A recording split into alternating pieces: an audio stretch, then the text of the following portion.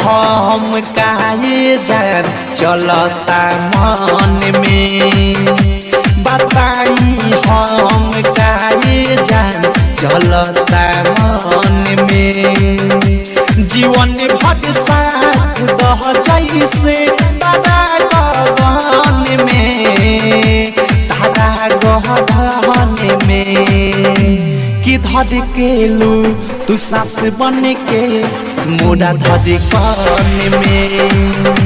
बताई हम काहे जान चलता मन में।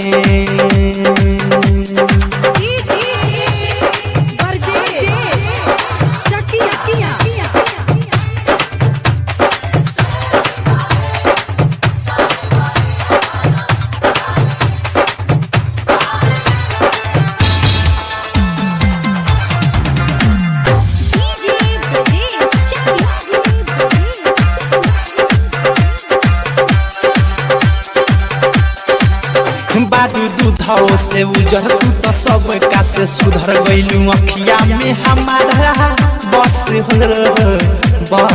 हो दिल फैल बा दीवाना अब कर नहीं माना तू तो बस गईलू नसे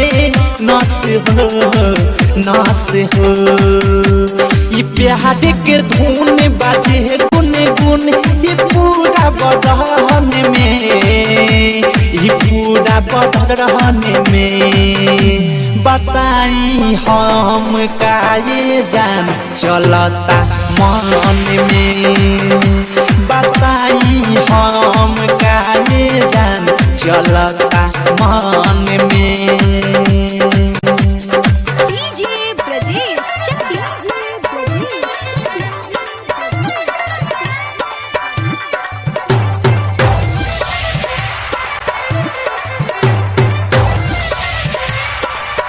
कहे राइटर राकेश संगे प्रेमी अवधेश साथे रहता रे बिकी राग हो। अबू जिंदगी में गोरी हो जाई जे सवेरी मोरा जाग जाई सुतले भाग हो।